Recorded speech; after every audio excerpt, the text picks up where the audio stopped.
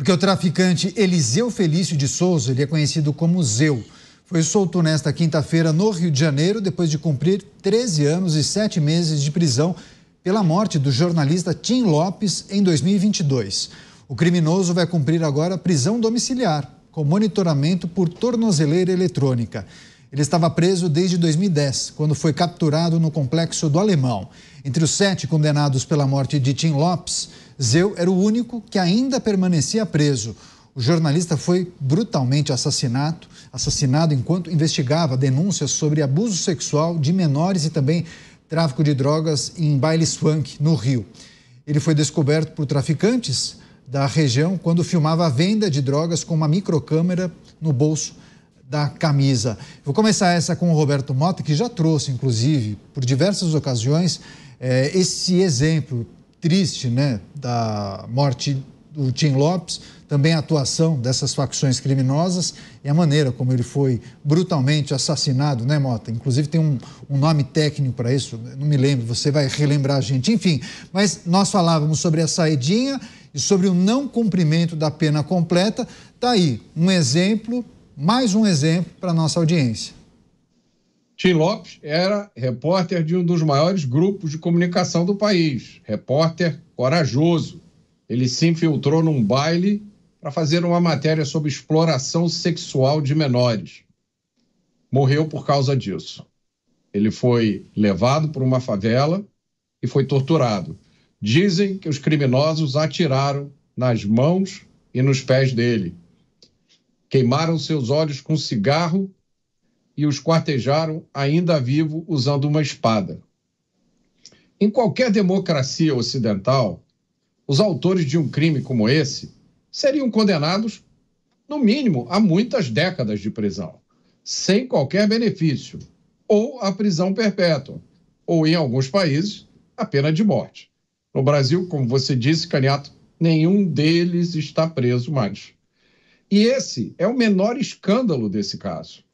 O maior escândalo é a cegueira e o silêncio da maioria dos colegas de profissão de Tim Lopes, que não perdem uma chance de defender bandidos como os que mataram o seu colega.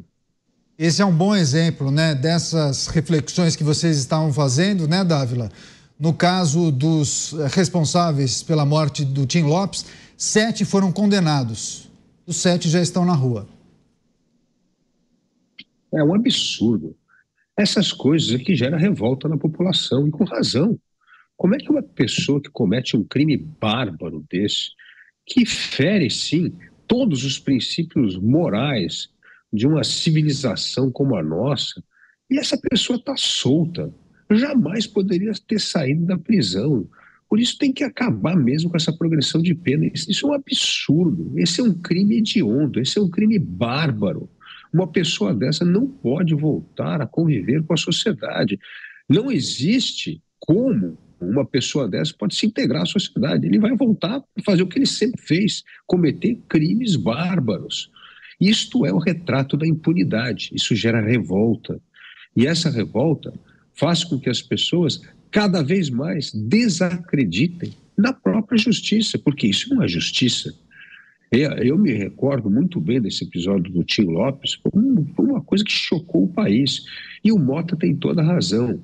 O silêncio da classe de jornalistas em relação à soltura desse bandido é algo inaceitável, o que mostra que a ideologia, a militância política fala mais alto do que o lado humano de se solidarizar com um companheiro de profissão que foi barbaramente morto por estar cumprindo a sua profissão de maneira corajosa e desvendar crimes em lugares onde o crime organizado controla o território no Rio de Janeiro. É algo inaceitável o silêncio e é inaceitável um sistema penal que permite uma pessoa dessa voltar para as ruas. Você falava disso há pouco, né, delegado Palumbo? Figuras que foram condenadas a 32 anos de detenção mas que depois de 10, 12, 15 anos acabam saindo e ficam nas ruas gozando da liberdade com suas famílias, seus amigos, enfim. Parece que nada aconteceu, né? Exatamente, né? É a impunidade imperando no Brasil. Aqui é o paraíso dos criminosos. Eu não sei quantos anos tem esse traficante, mas provavelmente deve ter menos de 50 anos. Ele vai voltar para o mundo do crime. Eu não tenho dúvida disso. E pode ser que mate outro. Mataram o Tim Lopes com requintes de crueldades. Colocaram vários pneus em volta do seu corpo, atearam fogo nele, ele vivo ainda. E aí vem a nossa legislação, a nossa justiça, os nossos políticos, dizendo, não, se ele cumprir 1/6, 2/3, 3/5, dependendo do crime, a gente tem que soltar para ele voltar para o convívio social. Só que a família do Tim Lopes deve sofrer até hoje a ausência dele, que se foi. E o que falaram é a mais pura verdade, né? O silêncio, né? O silêncio de parte da imprensa, que sequer falam mais de Tim Lopes. Eu só vejo a Jovem Pan falando do Tim Lopes, comprando uma briga, que é da imprensa, sim, porque ele estava lá fazendo um trabalho jornalístico. Mas o viés político ideológico não se permite que parte dessa mesma imprensa seja mais contundente contra bandidos e criminosos.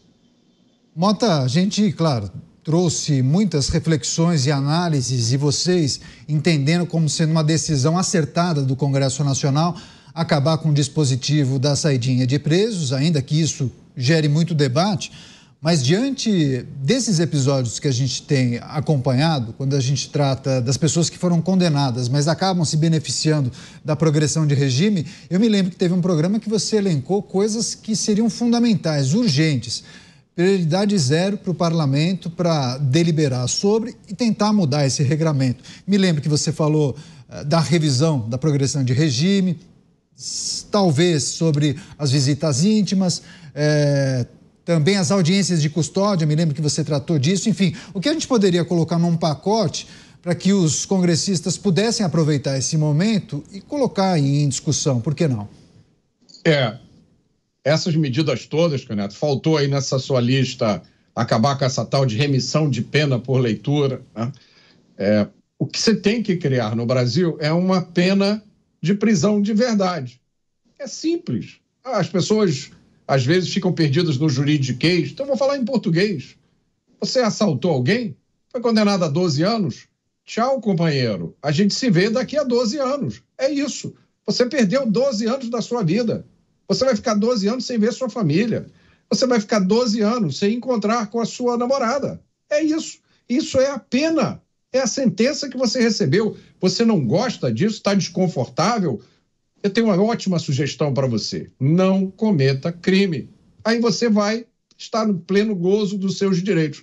Agora, eu acho, Caniato, eu vou arriscar aqui um palpite. Por tudo que eu tenho visto no Brasil nos últimos anos, essa briga, talvez ela já tenha saído da área legislativa.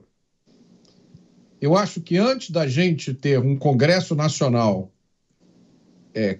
convicto e empoderado, vou usar essa palavra que eu odeio, mas é a palavra que me ocorre agora, para aprovar essas mudanças na lei, nós precisamos que os nossos juristas entendam essas verdades evidentes que eu estou dizendo aqui. Nós não podemos mudar as coisas que precisam ser mudadas enquanto no Brasil existir uma corrente jurídica a favor do abolicionismo penal. Isso existe. Você tem juristas no Brasil a favor do fim das cadeias, do fim das prisões. Você tem juristas no Brasil que dizem se o sistema criminal tem que errar, erre a favor do réu e não a favor da vítima. Então, a gente tem que resgatar essa convicção moral, porque é ela que está na base do direito. O direito é construído em cima da moral. Sem a moral, o direito vira uma discussão inútil, fútil, em juridiquês. E aí você vê decisões serem tomadas, decisões jurídicas, que não fazem sentido algum do ponto de vista lógico.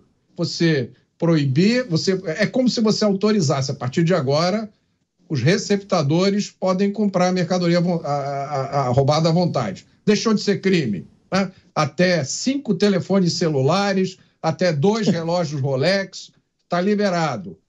Mas assalto continua sendo crime. De onde é que o receptador vai comprar mercadoria roubada? Do assaltante.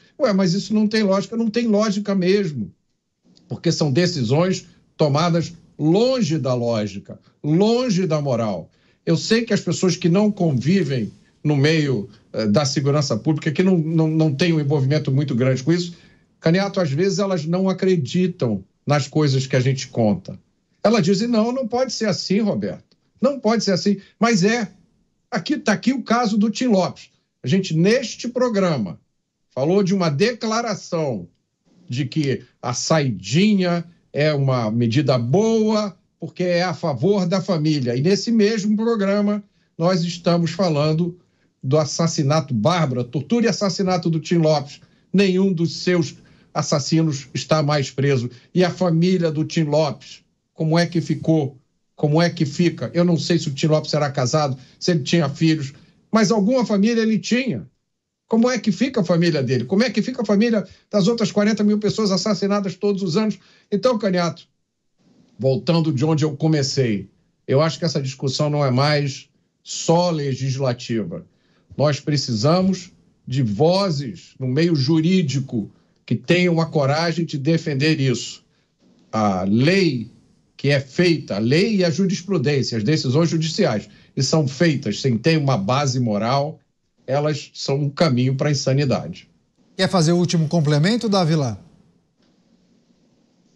Bom, já existem várias leis que, se fossem aprovadas, saíssem da gaveta no Congresso Nacional, ajudaria muito a atingir esses objetivos descritos pelo Mota. A lei de execução penal tem que ser mais dura e, como bem disse o delegado Palumbo, acabar com esse regime de progressão, tem que acabar com isso. Está lá o projeto, tem que tirar da gaveta e votar.